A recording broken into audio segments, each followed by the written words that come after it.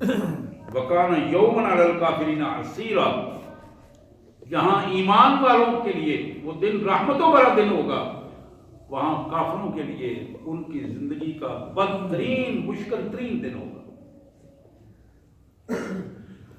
وَيَوْمَ يَعُضُّ الظَّالِمُ عَلَى يَدَيْهِ، یہ وہ دن ہوگا جس دن ظالم اپنے ہاتھوں کو کاٹ کھائے گا۔ یوم یعض الظالم علی یدیہ، یہ عملی لفظی ترجمہ ہے اس کا، ہاتھوں کو کاٹ کھائے گا۔ اور آپ کے علم میں ہے کہ ہاتھوں کو کاٹ کھانے کا مرحلہ کب آتا ہے؟ جب آدمی ہر جگہ سے بے بس ہو جائے اور پھر اسے کوڑے پہ کوڑا پڑ رہا ہو، مصیبتیں نازل ہو رہی ہوں اور آگے وہ کچھ نہ کر سکے، پھر وہ وقت آتا ہے کہ پھر اپنی جان کو وہ خود کھانے کی کوشش کرتا ہے، خود اپنے لیے ذلت و رسوائی کی تباہی پیدا کر دیتا ہے۔ وَيَوْمَ يَعُضُّ الظَّالِمُ عَلَى يَدَيْهِ، ظالم اپنے ہاتھوں کو کاٹ کھائے گا۔ یقول یا لیتنی اتخذت مع الرسول سبیلا، اور بے ساختہ یہ بات کہے گا، کاش کہ میں نے اللہ کے رسول کی بات مانی ہوتی، ان کے راستے پر چلا ہوتا، ان کی سنت کو ترجیح دی ہوتی، رسول صلی اللہ علیہ وسلم کے نظام کو ترجیح دی ہوتی، آپ کے دیے ہوئے سلامتی کے نظام کو میں نے نافذ کیا ہوتا، کاش ایسا ہوتا کہ آج میرے ساتھ یہ کچھ نہ ہوتا۔ اور پھر کہے گا یا ویلتی یا ویلتا لیتنی لم اتخذ فلانا خلیلا، کاش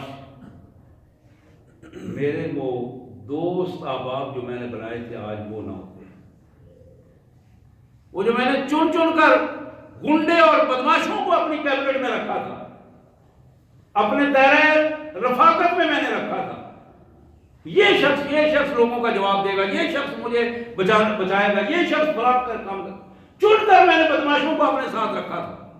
آپ دیکھیں کہ ہر پارٹی میں یہی ایک عموماً پوزیشن ہے، ہماری قومی پوزیشن، یہاں انفرادی پوزیشن تو ڈسکس نہیں ہو رہی، یہاں قومی پوزیشن ڈسکس قرآن کر رہا ہے۔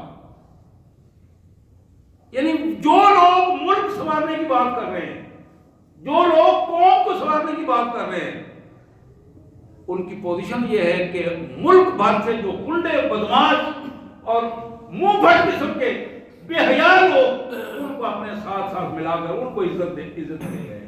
یہ وہ الفاظ ہیں، یا ویلتا لیتنی لم اتخذ فلانا خلیلا، کاش کہ میں ان کو اپنے حلقہ رفاقت میں دوستی میں ساتھ نہ لاتا، ان کو میں پریویلیج نہ دیتا، ان کو میں سہولتیں دے کر اپنے قریب نہ بنا لاتا۔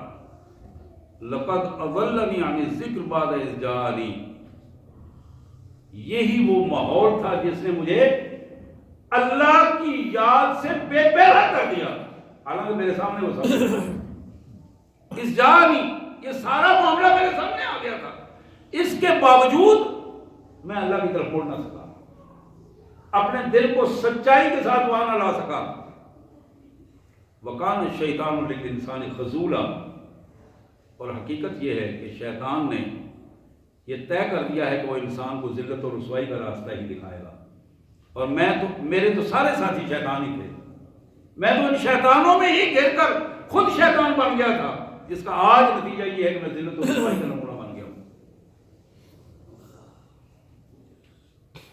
اور اس پہ اور بڑی بات جو آخری آیت ہے جو قرآن مجید کی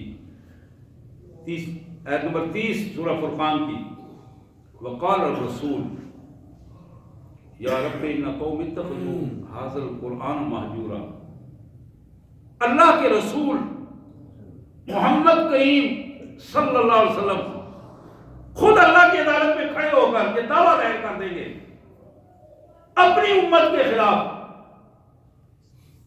وہ جو کلمہ پڑھنے والے ہیں ان کے خلاف دعویٰ کیا ہوگا؟ یا رب، اے میرے پروردگار، ان قومی، یہ میری امت، یہ میری قوم، میری امت، اتخذوا هذا القرآن مہجورا، جو قرآن میں نے ان کو لا کے دیا تھا انہوں نے قرآن کو اٹھا کے پیچھے پھینک دیا۔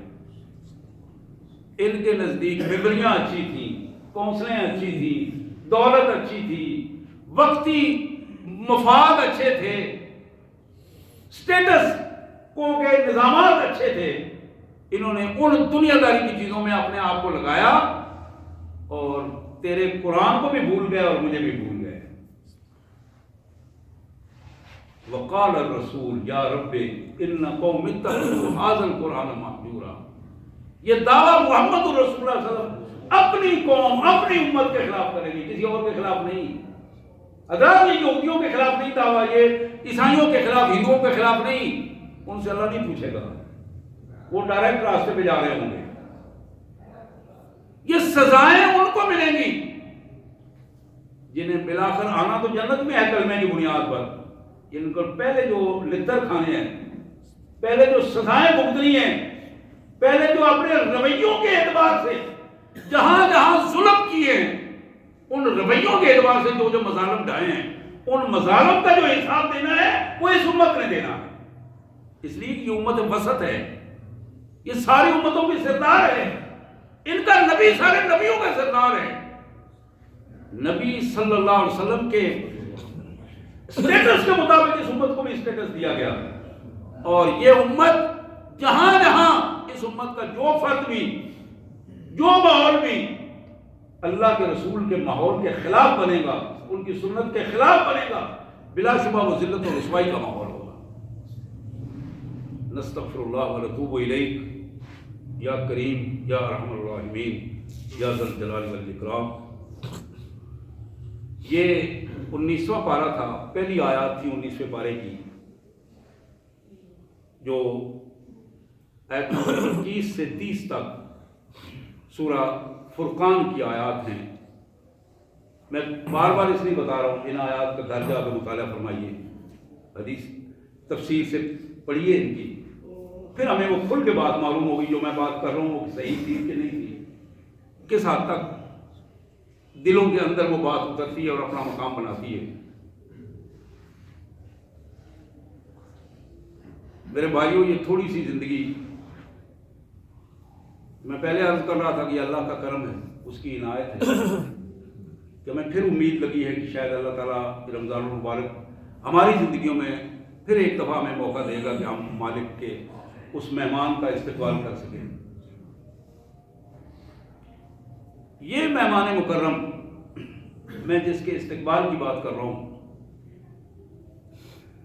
یہ اللہ کا معزز ماہ مبارک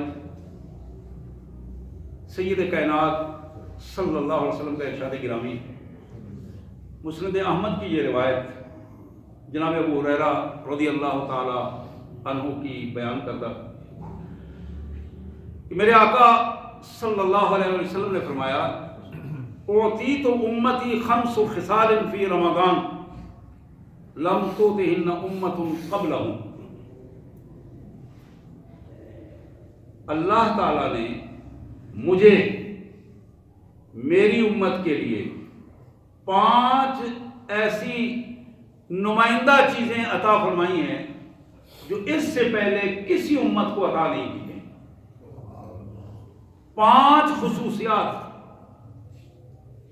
اوتیت امتی 5 خصال، 5 ایسی سپیشل نمائندہ خصال ہیں، نمائندگی کی وہ عظیم چیزیں ہیں جو اللہ تعالیٰ نے میری امت کو عطا کی ہیں۔ لم تؤتہن امت قبلہم، اس امت سے پہلے کسی کو بھی وہ عطا نہیں کی گئی۔ سب سے پہلی چیز، خلوف فم الصائم اطیب عند اللہ من ریح المسک۔ اللہ نے رمضان المبارک کا فرض روزہ رکھنے والے فرد کی منہ کی خوشبو کو کستوری سے زیادہ پسند فرمایا ہے۔ یہ پوزیشن پہلے امتوں میں نہیں تھی۔ ہم اسے کس سینس میں لیتے ہیں، ہمارے ماحول میں وہ کیا کیفیت بنتی ہے، ہمیں اس سے بہت آگے نکل کر ان الفاظ پر غور کرنا چاہیے کہ جو اللہ کریم کو اس سطح پر پسند ہے کہ دنیا کی سب سے قیمتی خوشبو اس سے کئی گنا بڑھ کر اللہ تبارک و تعالیٰ خالق کائنات اپنے بندہ مومن کی منہ کی وہ بو جسے بظاہر وہ بو کے سمجھتا ہے، لیکن اللہ کے ہاں وہ ان خوشبوؤں سے بھی زیادہ اہمیت والی ہے، اور اللہ کے ہاں مبارک ہے وہ چیز۔ حضرات، دوسری چیز جو نبی رحمت صلی اللہ علیہ وسلم نے فرمائی، وَتَسْتَغْفِرُ لَهُمُ الْحِيطَانُ حَتَّى يُفْطِرُوا۔ بندہ مومن جب رمضان المبارک میں روزہ رکھ لیتا ہے سحری کے وقت، اس کے ارد گرد اس ماحول میں، اس کے علاقے میں جہاں کہیں بھی پانی کے اندر مچھلیاں موجود ہیں، سحری سے لے کر افطاری تک وہ اس روزہ دار بندے کے لیے اللہ کے حضور مغفرت کی دعا کرتی ہے۔ میرے بھائیو، یہ کہانی نہیں ہے جو میں سنا رہا ہوں، یہ حقیقت ہے جو میرے پیارے آقا صلی اللہ علیہ وسلم کی زبان مبارک سے۔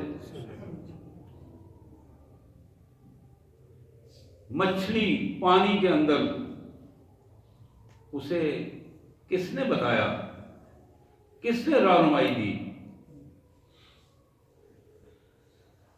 اللہ اکبر۔ سید قطب شہید رحمت اللہ علیہ، ان کی قبر کو اللہ تعالیٰ نور سے بھر دے، اپنی کتاب تفسیر فی ظلال القرآن میں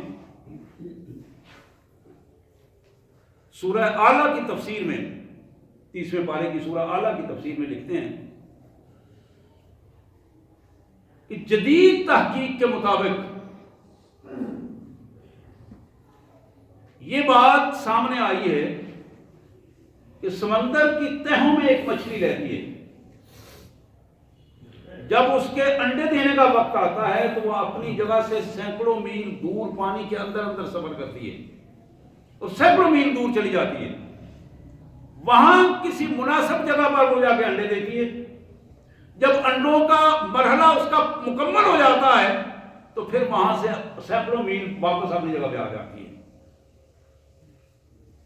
اور پھر اللہ کے حکم سے ان انڈوں سے جب بچے نکلتے ہیں، ان کے نکلنے کا وقت مکمل ہو جاتا ہے، جیسے جیسے بچے نکلتے چلے جاتے ہیں اسی طرح وہ بچے سینکڑوں میل کا سفر طے کر کے اپنی ماں کے پاس پہنچ جاتے ہیں۔ ان کو کس نے بتایا کہ تمہاری ماں کون ہے، کہاں ہے؟ سینکڑوں میل دور۔ اور یہاں کائنات کے مالک نے مچھلیوں کو وحی کر دی ہے، ان کو اشارہ فرما دیا، ان کو حکم دے دیا ہے کہ میرے جو بندے جو میری رضا کے لیے روزہ رکھ رہے ہیں، میری رضا کے لیے خواہشات سے باز ہیں، حلال چیزیں بھی انہوں نے روک دی ہے، کھانا پینا روک دیا ہے، خواہشات کو روک دیا ہے، تستغفر لہم، تم ان کے لیے مغفرت کی دعا کرو، تم دعا کرو گی تو میں ان کو معاف کر دوں گا، میں ان کی درجات بلند کر دوں گا۔ یہ خصوصیت میرے اور آپ کے پیارے آقا صلی اللہ علیہ وسلم نے فرمایا، اللہ تعالیٰ نے صرف میری امت کو دی ہے، پہلے امتوں کو نہیں دی، صرف محمد رسول اللہ کی امت کو یہ شرط دیا ہے۔ پھر فرمایا وَيُزَيِّنُ اللَّهُ عَزَّ وَجَلَّ كُلَّ يَوْمٍ، اللہ تبارک و تعالیٰ ہر روز رمضان المبارک کے 29-30 دن ہر روز جنت کے خازن کو یہ حکم دیتے ہیں جنت کو نئے انداز میں سجایا جائے، ہر روز ایک نئے انداز میں سجایا جائے۔ ثم یقول، پھر اللہ فرماتے ہیں یوشک عبادی الصالحون ان یلقوا عنہم المنہ ویسیروا، ممکن ہے میرے دنیا میں رہنے والے روزہ دار بندے، ان میں سے کسی کا اگر زندگی کا وقت پورا ہو جائے رمضان المبارک میں تو ان کا استقبال جنت میں تم نے کرنا ہے، ان کی روحوں کا استقبال جنت میں ہوگا۔ اس لیے جنت کو آراستہ کیا جا رہا ہے ان بندوں کے لیے جن کی وفات رمضان المبارک میں ہوتی ہے اور اللہ کے لیے وہ روزے رکھ رہے ہوتے ہیں اور اللہ کی رضا کے لیے انہوں نے اپنے آپ کو وقف کیا ہوگا، ان کا استقبال جنت میں ہوگا۔ اور اللہ تعالیٰ، اللہ کے رسول فرماتے ہیں کہ میرا اللہ فرماتا ہے کہ میرے بندے جتنی محنت اور مشقت اور تکلیف میں ہوں گے جنت کی جتنی نعمتیں ہم نے ان کے لیے بنائی ہیں وہاں آپ وہ ساری تکلیفوں کو بھول جائیں گے۔ اللہ کے پیارے حبیب صلی اللہ علیہ وسلم نے چوتھی چیز جو ہمارے سامنے رکھی، فرمایا وَتَصَفَّدُ فِيهِ مَرَدَةُ الشَّيَاطِينِ فَلَا يَخْلُصُوا فِيهِ إِلَىٰ مَا كَانُوا يَخْلِصُونَ۔ چوتھی خصوصیت امت محمد صلی اللہ علیہ وسلم کی یہ ہے، اللہ تعالیٰ نے اس امت کے لیے رمضان المبارک کے ان 29 یا 30 دنوں میں بڑے بڑے غنڈے بدماش شیاطین جو ہیں ان کو قید کر دیا جاتا ہے اللہ کے حکم سے، اور جہاں عام دنوں میں ان کی رسائی ہوتی ہے رمضان میں ان کی رسائی نہیں ہو پاتی۔ سورہ ناس آپ پڑھتے ہیں، آخری سورہ مبارک،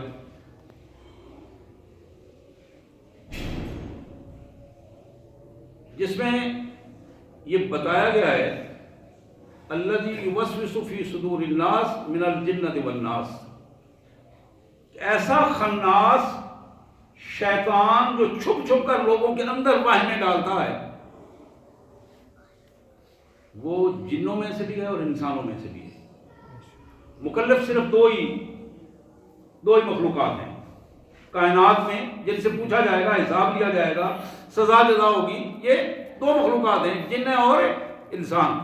انسانوں کو احسن تقویم میں اوپر رکھا گیا اور جنات کو دوسرے درجے کی مخلوقات بنایا گیا، لیکن دونوں کو مکلف بنایا گیا۔ شیاطین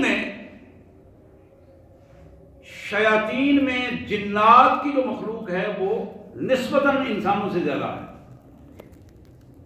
اور جو بڑا شیطان ہے ابلیس، اللہ فرماتے ہیں کان من الجن، وہ بھی جنات میں سے ہے، شیطان بھی جنات کی مخلوق میں سے ہے۔ یہ جو بڑے بڑے بدماش ہیں ان کو لگام دے دی جاتی ہے، باندھ دیا جاتا ہے، لیکن جب کلمہ پڑھنے والا خود شیطان بن جائے، راستے تو عمومی طور پر کھلے ہی ہوتے ہیں نا جی۔ ایک آدمی کو یہ بتا دیا جائے کہ تمہارے لیے یہ سیف پیسج ہے، محفوظ راستہ ہے، یہاں سے نکل جاؤ، کسی قسم کی کوئی پریشانی نہیں ہوگی، وہ محفوظ راستے کو چھوڑ کر پرخطر راستوں پر چلنے کی کوشش کرتا ہے، تو وہ اس کی ذمہ داری اس پر خود وہ اپنے اوپر ہوتی ہے۔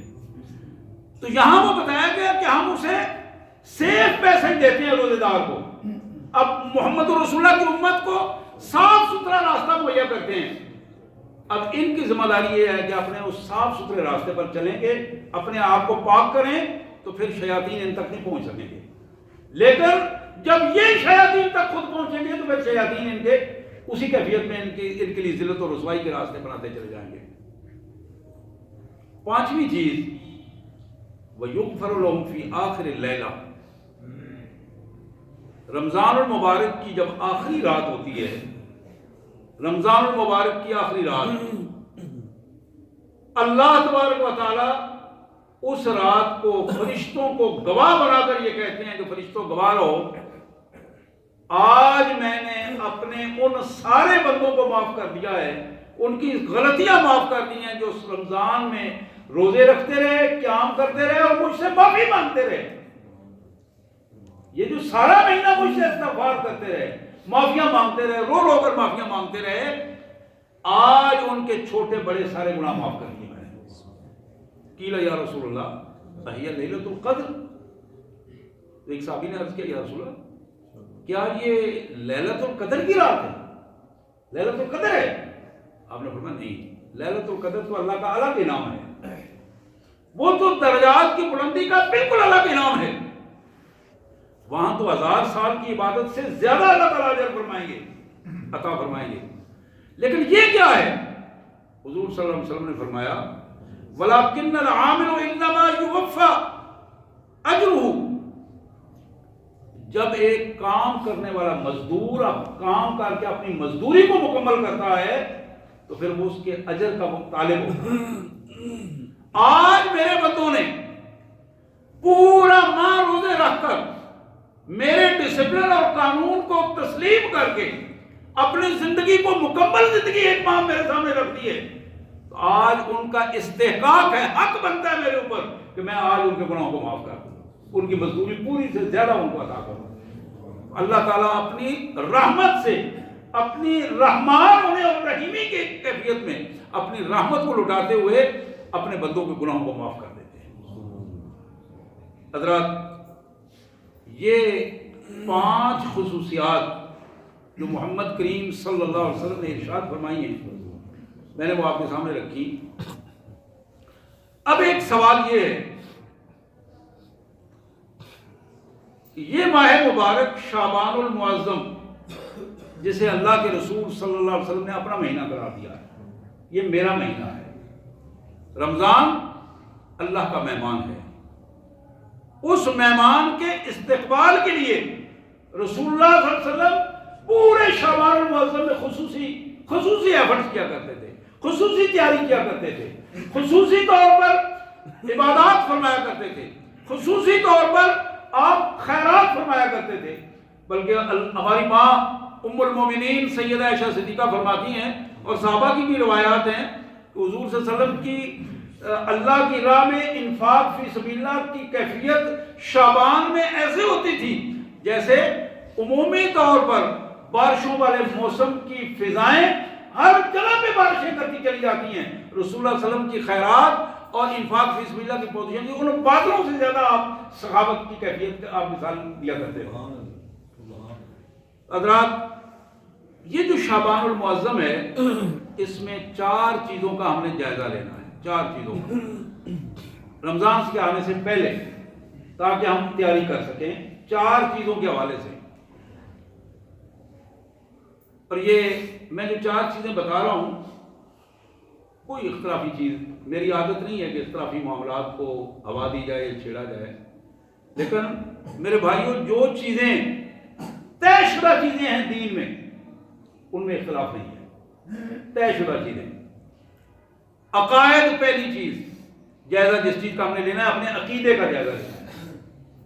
اور یہ بات ذہن میں رکھیں، عقیدے کی مثال عمل کے ساتھ ایک بیج اور درخت کی مثال ہے۔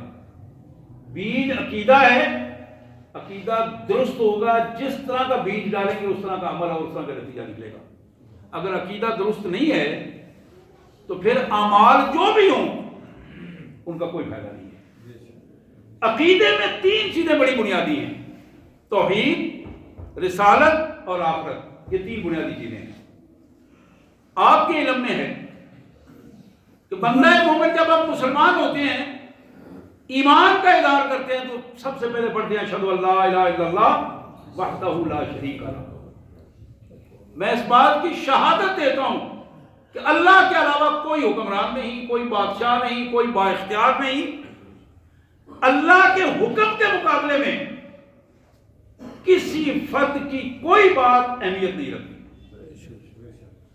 فیصلہ کا اختیار صرف میرے مالک کے پاس ہے۔ ان الامر کلہ للہ۔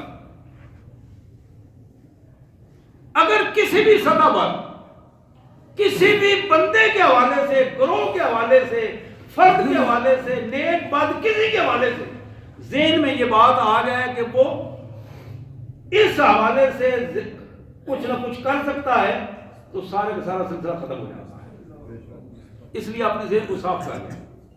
وحدہ لا شریک لہ، وہ اکیلا ہے، اس کا کوئی شریک نہیں۔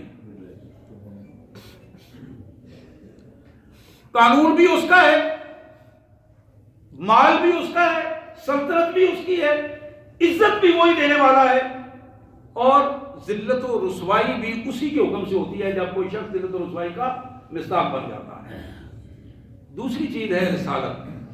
وَأَشْهَدُ أَنَّ مُحَمَّدًا عَبْدُهُ وَرَسُولُهُ، میں شہادت دیتا ہوں محمد کریم صلی اللہ علیہ وسلم اللہ کے بندے اور اس کے رسول ہیں۔ یہ بات بڑی واضح ہے، رسول اللہ صلی اللہ علیہ وسلم اللہ کے بندے ہیں، لیکن کوئی بندہ ان جیسا بندہ نہیں ہے۔ وہ ہمارے آقا ہیں، وہ نبیوں کے سردار ہیں۔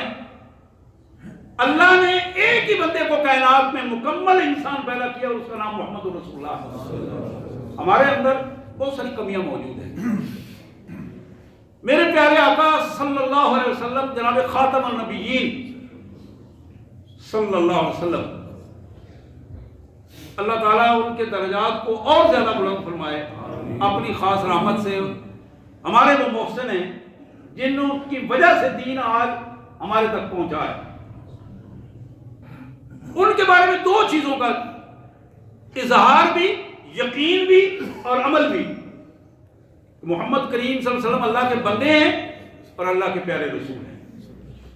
اور محمد الرسول اللہ صلی اللہ علیہ وسلم کی کسی آپ کے حکم کے مقابلے میں کوئی کسی کی بات، آپ کی محبت کے مقابلے میں کسی کی محبت، آپ کے ارشاد کے مقابلے میں کسی کا ارشاد، آپ کے عمل کے مقابلے میں کسی کا عمل، اس جیسا سمجھنا بھی کفر کی علامت ہے. یہ بات ہمارے ذہن میں بڑی کلیئر رہنی چاہیے. اگر کسی شخص کی بات کو اگر رسول اللہ کی بات پر ترجیح دی تو یہی ایمان کے خاتمے کی دلیل ہے. اس جیسا سمجھا، یہ بات بھی ایمان کے خاتمے کی دلیل ہے. یہ بات مسلمان کے لیے اہم ترین بات ہے کہ اس بندے کے ہاں اللہ کے رسول صلی اللہ علیہ وسلم کی بات غیر مشروط طور پر قابل اطاعت اور اپنے آپ کو اس کے لیے فرق لگا دینے والی ہو.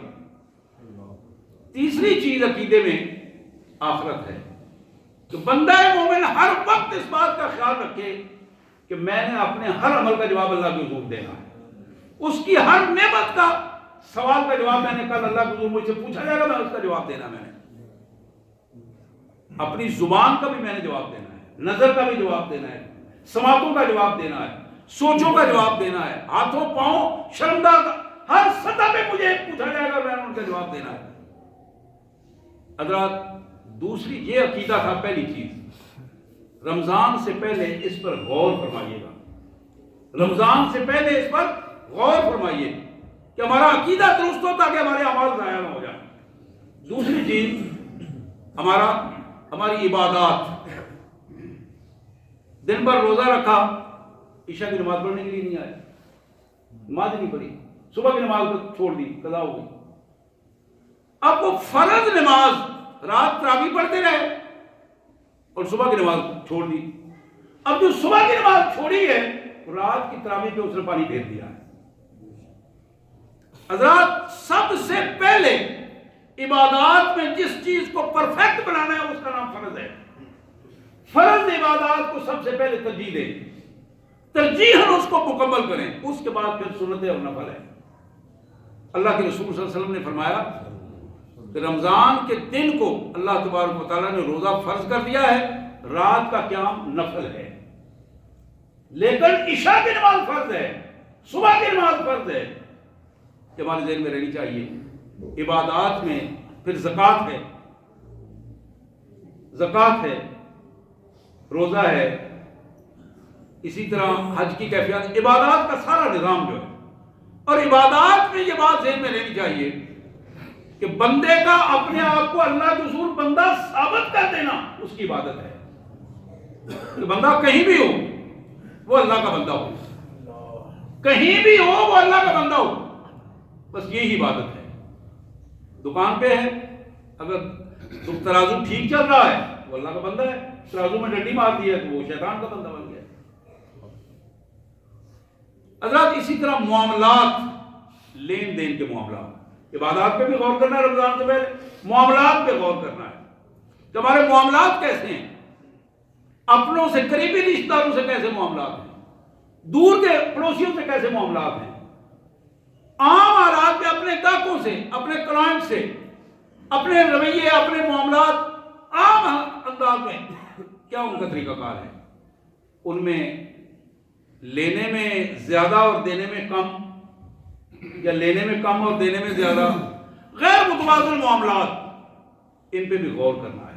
اور کسی نے نہیں بتانا ہمیں، میرا اور میرے رب کا معاملہ ہے، مجھے اپنے رب کے سامنے جواب دہ ہونا ہے اور اس کے لیے مجھے تیار ہونا ہے رمضان المبارک کے لیے اپنے معاملات کو درست کر کے. اور اسی طرح آخری شق جو ہے وہ اخلاقیات ہے، رویے ہیں. محمد رسول اللہ صلی اللہ علیہ وسلم نے اپنے ایک ساتھی کے کندھے پر ہاتھ رکھا اور فرمایا سنو، ایک کام اگر کر سکو تو ضرور کرنا. عرض کی اللہ کے رسول، اب میرے ماں باپ پر فدا ہوں، آپ ارشاد فرمائیے. آپ نے فرمایا رات کو سوتے وقت اپنے ذہن کو بالکل نیوٹرل کر کے سو، اپنے ذہن کو آزاد کر کے سو، کسی کے بارے میں تمہارے ذہن میں کوئی خلچ نہ ہو، کوئی ناراضگی نہ ہو، کوئی بغض نہ ہو، کوئی حسد نہ ہو، کوئی کینہ نہ ہو، تو تم اگر اس رات میں مر جاؤ گے تو اللہ تعالیٰ سیدھا تمہیں جنت میں دے گا۔ سبحان اللہ۔ فرمایا کہ اگر تم صبح اٹھتے وقت پھر اپنا جائزہ لو، تمہارا ذہن صاف ستھرا ہے، کسی کے بارے میں کوئی حسد بغض کینہ نہیں ہے، اگر تم دن میں مر گئے تو اللہ تبارک و تعالیٰ تمہیں جنت عطا فرمائے گا۔ تو یہ اخلاقی رویے، غور کیجئے کہ کس کے ساتھ میں نے کتنی زیادتی کی ہے، زبان سے زیادتی کی ہے، ہاتھ سے کی ہے، رویے سے کی ہے۔ رمضان سے پہلے اس کی مدد کر لیجئے، اس معاملے کو درست کر لیجئے، مرنے کے بعد تو کوئی موقع نہیں ہے، وہاں تو پھر وہی ہے یاد نہیں تھا، نہیں کاش ایسے ہو جاتا، لیکن ایسے نہیں ہو پائے گا۔ آج وقت ہے، جتنی دیر سانس ٹھیک ہے، کسی کے ساتھ بدتمیزی کی ہے اس سے معذرت کر لیں، راضی کر لیں، 2 جملوں میں بندہ راضی ہو جاتا ہے۔ اخلاص کے ساتھ، اپنے والدین کے ساتھ اگر بدتمیزی کا رویہ ہے، اللہ سے ڈر کر ان سے معافی مانگ کر ان کے پاؤں پڑ کر اپنے معاملات درست کر لیں۔ بھائیوں کے ساتھ اگر ہے تو اس کو درست کریں، میاں بیوی کے درمیان ہے تو اس کو درست کریں۔ یہ بہت بڑی ذلت اور رسوائی کی بات ہے کہ گھر کے معاملات میں آدمی کے معاملات خراب ہوں، بیوی بچوں اور میاں بیوی کے درمیان معاملات خراب ہوں، بہن بھائیوں کے درمیان حالات خراب ہوں، اور سب سے بڑی ضلالت اس دور کی کہ آج اس مادہ پرستانہ دور میں مادیت پرستی نے تفرقہ بازی کر دی ہے، طبقاتی کشمکش پیدا کر دی ہے۔ ایک بھائی کے پاس زیادہ پیسے ہیں، ایک کے پاس کم ہیں، اس کا آنا جانا اس کے گھر رک گیا ہے، تعلقات ختم ہو گئے ہیں، وہ مشاورت بھائی سے نہیں کرتا، دوسروں کے باہر سے جا کے کرتا ہے۔ یہ ذلت و رسوائی کے اسباب ہیں۔ حضرات اس کا جائزہ لینا ہے۔ کیا جائزہ لینا ہے جی؟ عقیدہ درست ہو جائے، عبادات درست ہوں، معاملات درست ہوں، اور ہمارے اخلاق درست ہو جائیں، رویے درست ہو جائیں۔ اللہ سے دعا ہے اللہ تعالیٰ ہمیں اس کی توفیق عطا فرمائے، اور رمضان المبارک کو زیادہ برکتوں کے ساتھ ہمیں اس کا اکرام کرنے کی توفیق عطا فرمائے، اور ہمیں ایمان اور صحت کے ساتھ رمضان المبارک تک پہنچائے۔ وآخر دعوانا ان الحمدللہ رب العالمین۔